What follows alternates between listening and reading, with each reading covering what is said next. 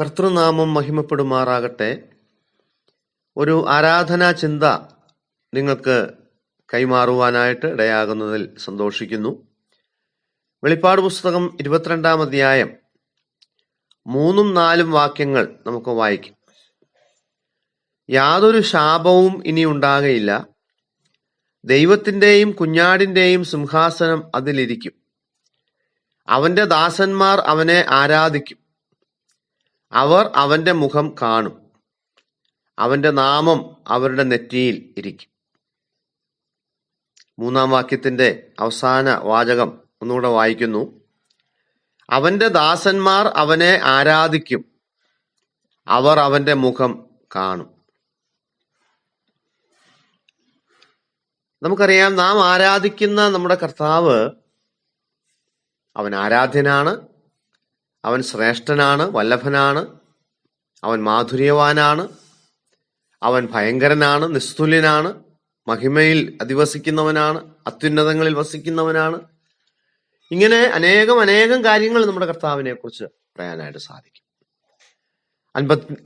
യെശയ്യാപ്രവചനം 57-ാം അധ്യായത്തിന്റെ 15-ാം വാക്യത്തിലേക്ക് വരുമ്പോൾ, ഉന്നതനും ഉയർന്നിരിക്കുന്നവനും ശാശ്വതവാസിയും പരിശുദ്ധനെന്ന് നാമമുള്ളവനും എന്ന് നാം കർത്താവിനെ കുറിച്ച് വായിക്കും. അങ്ങനെ ഉൽപ്പത്തി മുതൽ വെളിപ്പാട് വരെയും ദൈവത്തെക്കുറിച്ച് വെളിപ്പെടുത്തിയിരിക്കുന്ന എല്ലാ വേദഭാഗങ്ങളും കൂടെ ഒരു ബുക്കിലേക്ക് നാം എഴുതിയാൽ നമ്മൾ അന്തം വിട്ടുപോകും. കാരണം ദൈവത്തിന്റെ മഹത്വം, അവന്റെ വല്ലഭത്വം, അവന്റെ ആ സർവശ്രേഷ്ഠത, അവന്റെ ആ മഹിമ, അതെത്ര വലുതാണെന്ന് നമുക്ക് കാണുവാനായിട്ട് സാധിക്കും. ഇവിടെ നമുക്ക് കാണുവാനായിട്ട് കഴിയുന്ന ഒരു കാര്യം, നാം ആരാധിക്കുന്ന നമ്മുടെ ദൈവം, നമുക്കറിയാം, നാം ആ ദൈവത്തെ ഇന്നുവരെ കണ്ടിട്ടില്ല, അല്ലെ? നമ്മുടെ ഹൃദയ കണ്ണുകൾ കൊണ്ട് കണ്ടാണ് നാം ആരാധിക്കുന്നത്. അല്ലെങ്കിൽ നമ്മുടെ ആത്മീയ കണ്ണുകൾ കൊണ്ട്, ഹൃദയ കണ്ണുകൾ കൊണ്ട് കണ്ടാണ് കർത്താവിനെ ആരാധിക്കുന്നത്. എന്നാൽ ഈ കർത്താവിനെ നാം കാണുമോ? ആക്ഷരികമായി കാണുമോ? ഉറപ്പായിട്ടും കാണും. എന്നാണ് കാണുന്നത്? കർത്താവ് വന്ന് നമ്മെ തന്റെ അടുക്കിലേക്ക് ചേർത്ത് നാം ദൈവസന്നിധിയിലായിരിക്കുമ്പോൾ നാം കർത്താവിനെ കാണും. അതാണ് നമ്മുടെ പ്രത്യാശ.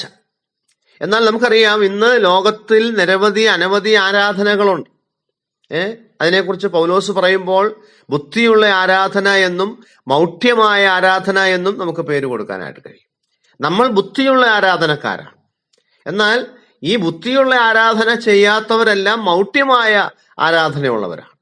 അവർ സൃഷ്ടിച്ചവനേക്കാൾ സൃഷ്ടിയെ ഭജിച്ച് ആരാധിക്കുന്നവരാണ് എന്ന് റോമാലേഖനം 1-ാം അധ്യായത്തിൽ നമുക്ക് കാണുവാനായിട്ട് സാധിക്കും. അക്ഷയനായ ദൈവത്തിന്റെ തേജസ്സിനെ ക്ഷയമുള്ള മനുഷ്യൻ, പക്ഷി, നാൽക്കാലി, ഇഴജാതി എന്നിവയുടെ രൂപസാദൃശ്യമായി മാറ്റിക്കളഞ്ഞു എന്നും നമുക്കവിടെ വായിക്കുവാനായിട്ട് കഴിയും. ഞാനിപ്പോൾ പറയാൻ വന്നത്, ഈ 2 ആരാധനകൾ തമ്മിലുള്ള വ്യത്യാസം എന്താന്ന് മനസ്സിലായോ? നാം ആരാധിക്കുന്ന നമ്മുടെ കർത്താവിനെ ഇന്ന് നാം അവനെ, പത്രോസ് പറയുന്നത് പോലെ, നാം അവനെ കണ്ടിട്ടില്ലെങ്കിലും സ്നേഹിക്കുന്നു, അല്ലെ? ഇന്ന് നാം അവനെ കണ്ടിട്ടില്ലെങ്കിലും അവനെ സ്നേഹിക്കുകയാണ്, അവനെ ആരാധിക്കുകയാണ്. അവനെ കാണുമെന്ന് പ്രതീക്ഷിച്ചുകൊണ്ട് നാം അവനെ ആരാധിക്കുകയാണ്. അത് സംഭവിക്കുക തന്നെ ചെയ്യും. ദൈവത്തിന് സ്തോത്രം. നാം കാണാൻ കൊതിച്ചവനെ കൺകുളിർക്കെ കണ്ട് ആനന്ദിക്കുന്ന, ആരാധിക്കുന്ന ഒരു സുദിനം നമ്മുടെ മുമ്പിലുണ്ട്. അതോർത്ത് നമുക്ക് ദൈവത്തെ സ്തുതിക്കാം. എന്നാൽ ഞാൻ ചോദിക്കട്ടെ, ഈ പ്രത്യാശയില്ലാത്തവർ എന്ത് ചെയ്യും? അവരെന്തിനു വേണ്ടിയാ ജീവിക്കുന്നത്? അവരെന്തിനു വേണ്ടിയാ ആരാധിക്കുന്നത്? അത് അവരുടെ കാര്യം. നമുക്ക് വിഷയമല്ല. അത് അവരുടെ കാര്യമായതുകൊണ്ട് ഞാൻ വിടുകയാണ്. അപ്പോൾ ഞാൻ പറയാൻ വന്നത്, നാം ആരാധിക്കുന്ന നമ്മുടെ കർത്താവിനെ നാം കാണും. ഞാൻ ഇങ്ങനെ ചിന്തിച്ചു. ഈ വേദഭാഗം വായിച്ചപ്പോൾ തന്നെ തൊട്ടു മുകളിൽ 21-ാം അധ്യായത്തിലേക്ക് നമുക്കൊന്ന് കടന്നു വരാം. അവിടെ നഗരമതിലിന്റെ അടിസ്ഥാനത്തെ കുറിച്ച് പറയുകയാണ്. പുതിയ യെരൂശലേം എന്ന ആ നഗരമതിലിന്റെ പണിയെക്കുറിച്ചും അതിന്റെ അടിസ്ഥാനങ്ങളെ കുറിച്ചും ഒക്കെ പറയുകയാണ്. നമുക്ക് അതിന്റെ 18, 19, 20 വാക്യങ്ങളൊന്ന് നോക്കാം. അവിടെ കാണുന്നത്, മതിലിന്റെ പണി സൂര്യകാന്തവും നഗരം സ്വച്ഛ സ്ഫടികത്തിനൊത്ത തങ്കവുമായിരുന്നു. നഗരമതിലിന്റെ അടിസ്ഥാനങ്ങൾ സകല രത്നവും കൊണ്ട് അലങ്കരിച്ചിരിക്കുന്നു. ഒന്നാം അടിസ്ഥാനം സൂര്യകാന്തം, രണ്ടാമത്തേത് നീലരത്നം, മൂന്നാമത്തേത് മാണിക്യം, നാലാമത്തേത് മരതകം, അഞ്ചാമത്തേത് നഖവർണി, ആറാമത്തേത് ചോപ്പുകല്ല്, ഏഴാമത്തേത് പീതരത്നം, എട്ടാമത്തേത് ഗോമേതകം, ഒമ്പതാമത്തേത് പുഷ്യരാഗം, പത്താമത്തേത് വൈഡൂര്യം, 11ാമത്തേത് പത്മരാഗം, 12ാമത്തേത് സുഗന്ധിരത്നം.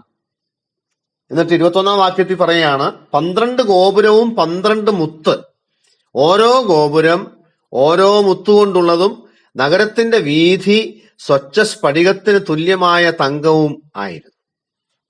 നോക്കുക, ഞാനിത് സമയം കളയാൻ വേണ്ടി വായിച്ചതാണോ? ഒരിക്കലുമല്ല. നാം ഇന്ന് വരെ കണ്ടിട്ടില്ലാത്ത നിരവധി രത്നങ്ങളെ കുറിച്ചാണ് നാം അവിടെ വായിച്ചത്. തന്നെയല്ല, അവിടെ വേറിട്ട ഒരു കാഴ്ച നാം കാണുന്നത്, നമ്മൾ സ്വർണം കണ്ടിട്ടുണ്ട് അല്ലേ? എന്നാൽ നിങ്ങളിൽ എത്ര പേര് തങ്കം കണ്ടിട്ടുണ്ടെന്ന് എനിക്കറിയാൻ പാടില്ല. ഞാൻ കണ്ടിട്ടില്ല, തങ്കം കണ്ടിട്ടില്ല. പക്ഷേ ഇവിടെ പറയുന്നത് തങ്കം എന്നല്ല, സ്വച്ഛ സ്ഫടികത്തിനൊത്ത തങ്കം. എന്താ സ്വച്ഛ സ്ഫടികത്തിനൊത്ത തങ്കം എന്ന് പറഞ്ഞാൽ? അതായത് ഇങ്ങേ വശത്ത് നിന്ന് നോക്കിയാൽ അങ്ങേ വശവും കൂടെ കാണാവുന്ന തങ്കം. അത് ലോകത്തിൽ ആരും കണ്ടിട്ടില്ല. കണ്ടിട്ടുണ്ടെന്ന് എനിക്ക് തോന്നുന്നില്ല. ഇതെല്ലാം നാം കാണും, അല്ലെ? സ്വച്ഛ സ്ഫടികത്തിനൊത്ത തങ്കം നാം കാണും, സൂര്യകാന്തം നാം കാണും, നീലരത്നം നാം കാണും, മാണിക്യം നാം കാണും, മരതകം നാം കാണും, 12 വിധ മുത്ത് നാം കാണും. ഇതെല്ലാം നാം കാണും. എന്നാൽ 22ാം അധ്യായത്തിലേക്ക് വരുമ്പോൾ അവർ പീതരത്നം കാണുമെന്നോ സൂര്യകാന്തം കാണുമെന്നോ നഖവർണി കാണുമെന്നോ നീലരത്നം കാണുമെന്നോ അല്ല പറയുന്നു. പിന്നെ എന്താ പറയുന്നത്? അവർ അവന്റെ മുഖം കാണും. ദൈവത്തിന് സ്തോത്രം, കർത്താവിന് മഹത്വം. ഈ ചിന്ത എത്ര മനോഹരമായിരിക്കുന്നു. നമ്മുടെ കർത്താവിന്റെ മുഖം കണ്ട് അവനെ നമുക്ക് ആരാധിക്കാൻ കഴിയും. എന്റെ സഹോദരന്മാരെ, ഞാൻ ഇന്ന് രാവിലെ ഒരു വാക്ക് പറയട്ടെ. അവന്റെ മുഖത്തേക്കാൾ അല്ലെങ്കിൽ നമ്മുടെ കർത്താവിനേക്കാൾ വലിയ ഒരു പീതരത്നം നമുക്ക് കാണാനായിട്ടില്ല. നമ്മുടെ കർത്താവിനേക്കാൾ വലിയ ഒരു ഗോമേതകം നമുക്ക് കാണാനായിട്ടില്ല. നമ്മുടെ കർത്താവിനേക്കാൾ വലിയതായി ഒന്നും നമുക്ക് കാണാനായിട്ടില്ല. അതുകൊണ്ട് ഈ ചിന്ത നമ്മുടെ ഹൃദയത്തെ ഇന്ന് രാവിലെ ആവേശം കൊള്ളിക്കട്ടെ. നമ്മുടെ കർത്താവിന്റെ മുഖം നാം കാണും. അതാണ് ഏറ്റവും വലിയ കാര്യം. ദൈവം നമ്മെ ഈ ചിന്തകളാൽ ഇന്ന് രാവിലെ അനുഗ്രഹിക്കും.